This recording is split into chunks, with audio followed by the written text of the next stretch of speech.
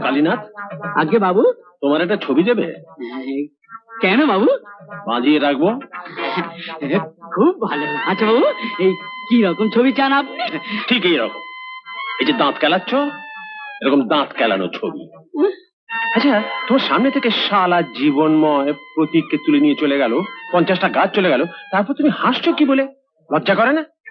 বাবু, লজ্জা তো নারীর ভূষণ। চুপ! শালা নারী দেখাচ্ছে 4 ফুট 2 ইঞ্চি।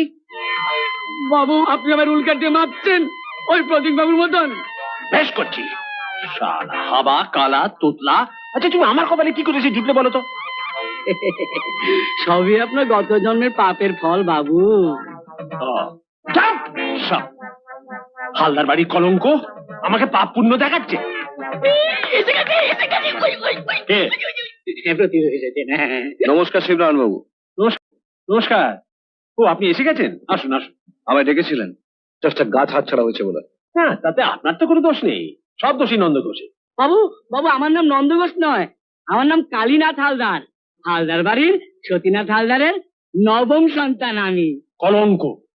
অত বড় গায়কের সন্তান তুমি, গলায় একটু সুর নেই? বাবু, বাবু, আপনি ভুল করছেন। আমার পিতৃতে গায়ক ছিলেন না, তা তো তেলকাল ছিল। তেলকাই ছিল? গায়ক সতীনাথ তো মুখুজ্জে। মুখুজ্জেই হোক আর হালদারি হোক, সে কি আমার গান শোনাবে? হ্যাঁ, তারপর